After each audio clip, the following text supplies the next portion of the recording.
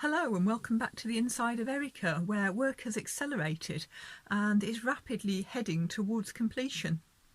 You may recall that in one of the early videos we ran all the wires for the first fix electrics, and they've just been sitting patiently coiled for the last couple of months waiting for us to get on and get the electrical cabinet done. That's the electrical cabinet that has ended up about half the size that it should have been because of where we found ourselves having to put the diesel heater. Having fitted the diesel heater, the next job to do was to finish off those electrics, and of all the components that are going in that cabinet, one of the key ones is the control panel. Now, I could have just bought for about £20 a control panel off eBay. However, I'm a bit untrusting of the advertised specifications of electrical items, particularly electrical components that are coming direct from China. For example, when I was buying kill switches, I was seeing what looked identical items, I'm pretty sure were identical items, being sold with the exact same wording, except for some were being sold as being rated to 150 amps and some to 500 amps. And I think that's often just exaggeration. That's where you can even get a rating on an item. It's often just not advertised. So I decided to buy individual components, a piece of black perspex, and make our own control panel. I decided that I would buy from a reputable UK electrical warehouse, which is what I did. Now, I am aware that those items have also been manufactured in China. However, I'm also trusting that the UK warehouse has got quality control in place, and that they do know that the items are as specified. So I'm confident in what I'm buying, and specifically I was buying items that are intended for 12-volt systems. So we'll pick up the footage at the point that I start making the control panel, after which it'll be into Erica, where I spent 3 days kneeling on the floor, cutting, stripping, crimping and connecting wires. Although you may or may not be happy to know that there's no actual doing footage in this video, it's just following the progress.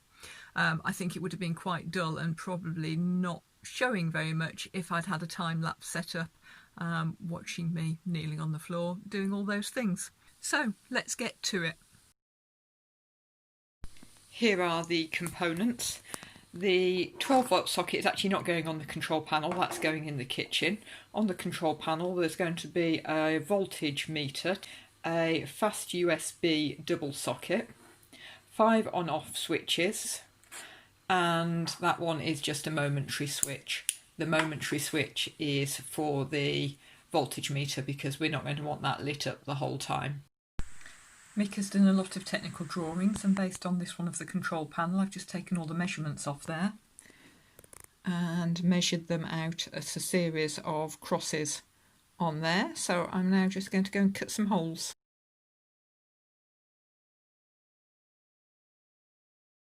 The intention was that the control panel was going to go somewhere there, but with the now smaller size of the compartment we're going to put it portrait in between those two supports right at the end of the sofa, which is fine, but I now wish that I'd known that when I built it, because I would have laid it out differently. This is Erica's electrical system as shown on paper. I've got some boxes of bits. I've got an order of play, and I'm about to go in and start the electrical installation. First thing to do is to feed a negative wire through to the engine battery, which will be part of the voltage sensitive relay battery to battery charging system.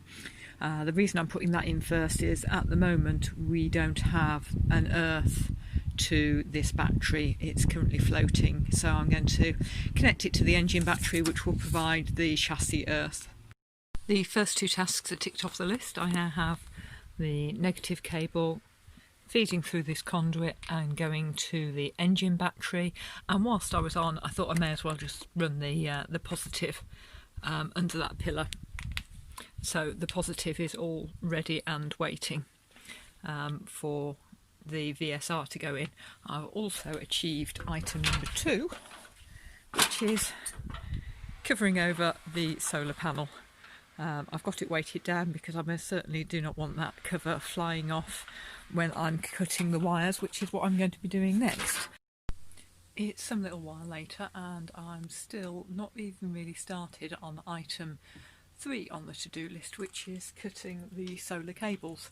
The reason for the delay is a bit of dithering about where to put all the components for this system.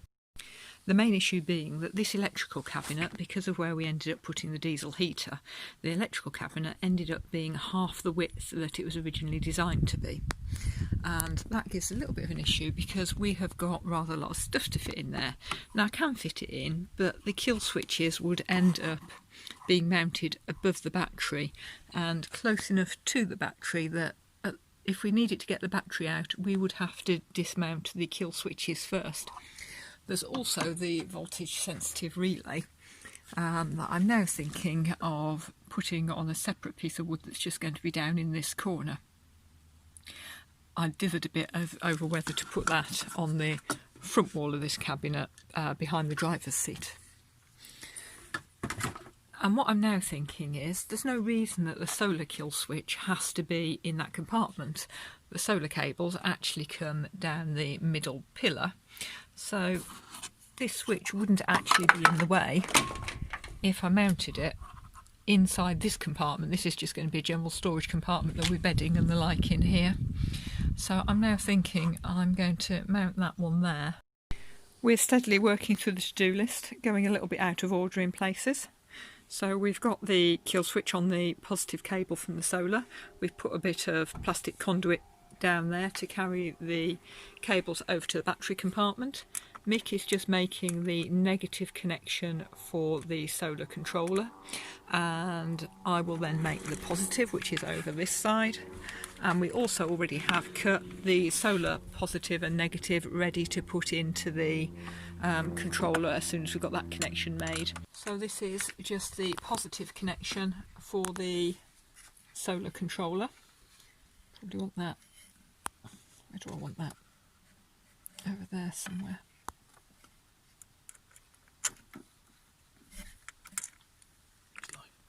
And we have a screen just come live on the solar controller, which is good.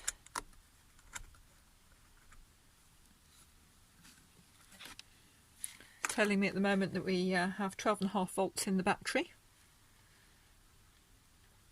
and that we've got no amps going out of the battery and that there's no solar coming in. Right, now to attach the load via this fuse box. More time has passed, and whilst we still only have the battery connected to the solar controller, we do have other wires all cut and ready to go into it. However, first we need to connect to the load, and I'm now increasingly surrounded by lots of stuff as I go through ticking things off the list. And what we're now doing is just making the first connection between the fuse box, which is here, and the control panel, which is there, so we can then connect up the load and see if things are working. After several hours of kneeling on the floor in amongst a lot of tools and having created what Mick has just referred to as a rat's nest, we have wired up and put a fuse in to the lighting switch, which is here. So if I turn that switch on, light comes on it. If I then go up here and Mick presses that switch there, we have light. Woohoo! That's quite exciting.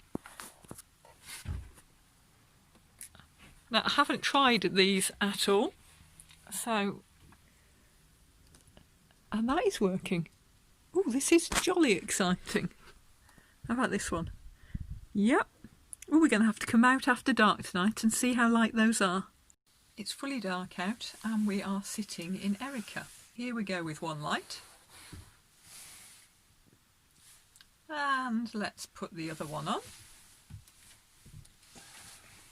That's a reasonable amount of light. We can certainly, there's one shining down on the work surface, there's one shining down on the seat, and if we need a little bit more light, then just behind me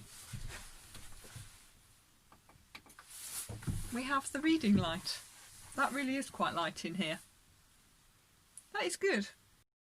I should just point out for anybody eagle-eyed enough to notice that I've used blue connectors on those ends of the wires, but red connectors on these ends. Those are 1.5mm wires, so I'm using the red connectors at the top end of their range, and I'm using the blue connectors at the bottom end of their range. They are both suitable for 1.5mm wires. We've just managed to get the solar panel connected just before the sun has dipped over the houses opposite. I don't know if you can see on there, but we are generating a 0.3 of an amp, which obviously is not very much, but the sun really is only slanting on at the slightest angle at the moment. So that at least proves that it is working, and we'll just have another big grin for the fact that the solar panel is working and we have working lights. Really is turning out to be quite an exciting day.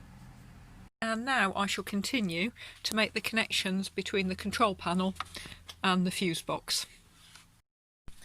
At this point I'm calling it a day. The light is fading, it's cooling down. If I stay out here any longer I'm going to have to put my woolly hat on. What we have achieved is that the solar panel is connected to the solar controller, the battery is connected to the solar controller, the load is connected to the solar controller. Into the fuse box we've got the connections to the control panel for the lights and for the pump. Both of those we've checked and are working.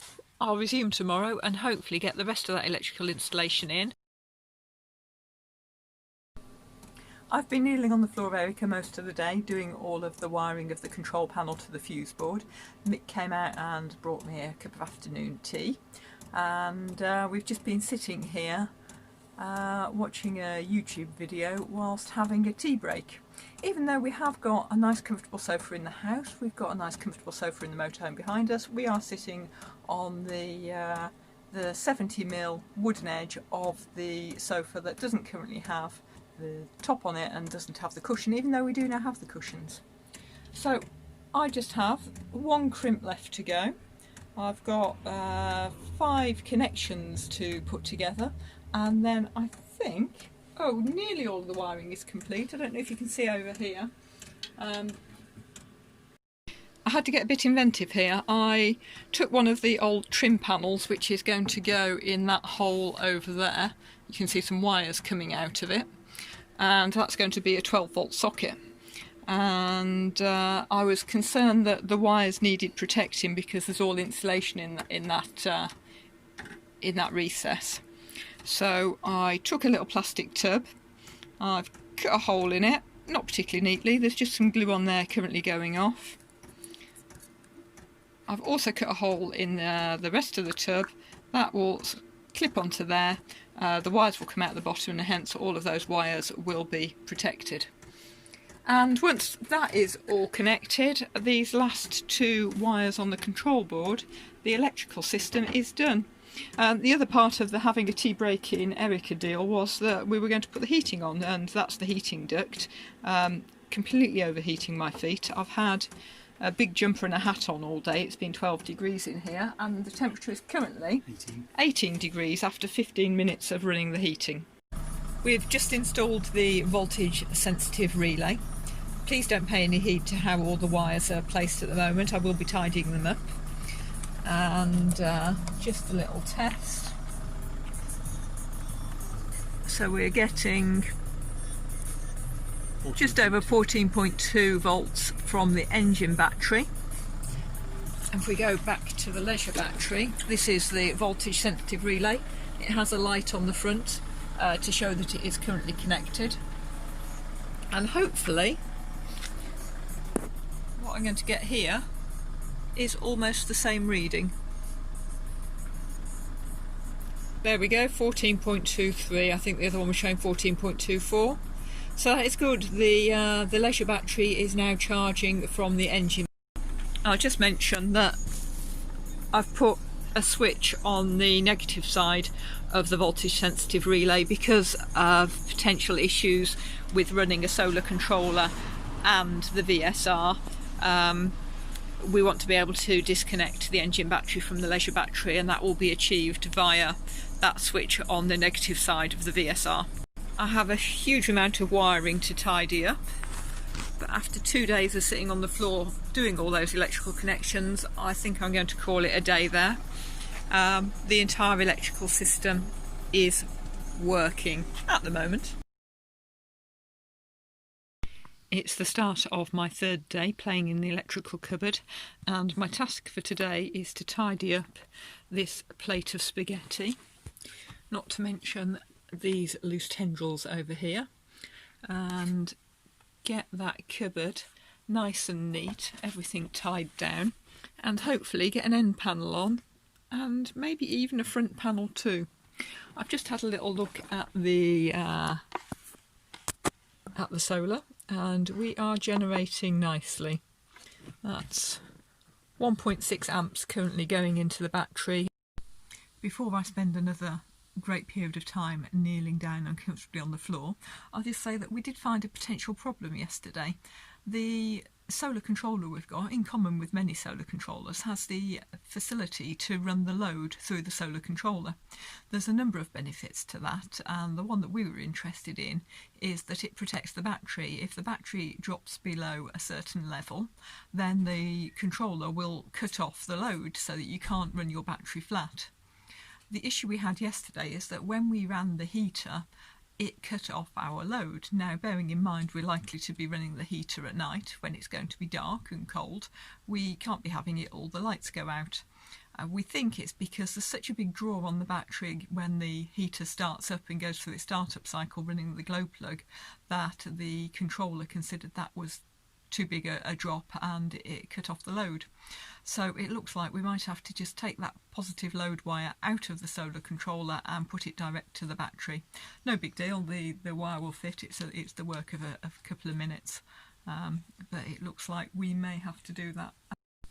It's day 3 of kneeling on this little bit of Erica's floor, although that's misleading because I've really not spent that many hours today.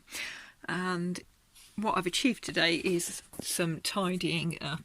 So the VSR is now attached there. I've put in a new piece of wood, firstly to mount the VSR, and secondly it provides the rear barrier to the battery to stop it sliding around. Everything in the battery compartment has been tidied to some extent, so the strip fuses have now been screwed down. The fuse board is attached to the end panel, which has also now been affixed. The control panel, which is just here, I've not been able to fix that yet because first we need to cut a piece of fascia for the sofa, which has to have some shaping on it. We've made a template for that shape, but it's now raining, so we won't be cutting that today. Also tidied up the wiring in the heater compartment with a bit of ducting run across there, and all over the place I've been using cable tie pads to tie the cables to walls, and where there's a bundle of wires I've cable tied them together. So it still looks rather a mess, but a lot less so than it did earlier. We've cut the piece of wood for the first bit of the fascia that goes under the bed, and this is the hole we've cut out for the control panel. We want to inset that control panel, so this is the most complicated bit of routing I've attempted to date, which is I want a perfectly straight 3mm deep hole that is exactly 210mm by 148mm. Chance that happening I think is pretty slim. So we've got this clamped down as a guide. Got the bit of wood we're working on wedged in the middle. Got another piece clamped on and screwed down to hold it in from this side. And these were our depth attempts. We've gone from 4mm, 3.5mm, and we think this is the depth we want, which is 3mm, which has got what I've got the router set at. So now let's see if I can achieve cutting that to the right size and very square. That's the recess routed out. Measuring it suggests that it's 1mm too long, 0.5mm too wide, so that sounds about perfect for our purposes. This piece of fascia, I'm just attaching it on with angle brackets, and I don't know if you can see down here, I've got a screw there, screwdriver there, at which point I really come to appreciate, which I'd already kind of suspected this morning as we were making this, that would have been wise to have made that bit of fascia and attached it before we did the control panel, because really I'm struggling for access to actually get these screws in, and it would have been a whole lot easier routing out that recess to the right size and making the fixing points if we didn't have a whole lot of wires and components attached to the piece of black perspex. So there's a lesson as to the correct order to do things, and this is most certainly not it. Ta-da! It is fitted. I can't help but feel that if I'd just bought a ready-made control panel and accepted that the quality of it was probably acceptable and it probably wouldn't have had any electrical faults, then I would have saved at least 2 days' work there. But I can be proud that I've made that myself, and the entire situation of spaghetti that lies behind it. All my own work, and it all works. Fits nicely into the recess. Got it all screwed on. Not much more to say. I'll just finish this video by mentioning the apparent lack of any mains hookup in what you've just seen. We did originally intend to have a mains charger. However, given that we've got a solar panel on the roof and the ability to charge from the engine, coupled with the low draw we're going to have most of the time, it seemed that there were very limited situations where we would need a mains charger, so decided that for the moment we will try going without one. If it should prove that we do need that ability to charge from the mains, we can always add one in later, although I'm not quite sure where we're going to put that mains charger given the limited space left in the electrical cabinet. As for hooking up, we do have an electric hookup solution. That is three 3-pin sockets, circuit breakers, and the hookup cable and connection. That is essentially the exact same arrangement as we would have had if I'd have put in a consumer unit and an electric hookup point and we'd had a separate cable. We won't have to open a window to check that out because there's actually a wire-sized gap between the old wheelchair ramp, what's left of it, and the bumper, so we can feed the cable through there when we want to use the hookup, and that will do everything that a more complicated system would have done, but it's a lot cheaper, hasn't required any installation, and it won't take up any more space. So there we go, that is the electrical system. Next time, on to finishing the sofa and those last finishing touches. I've been sitting on the floor, Erica. So just a couple more connections that would have been done a while ago if I hadn't cut the penultimate set a little bit short. Just one of the wires I cut too short for where it needed to get to. So nearly done with that. Repeating myself now, should probably shut up.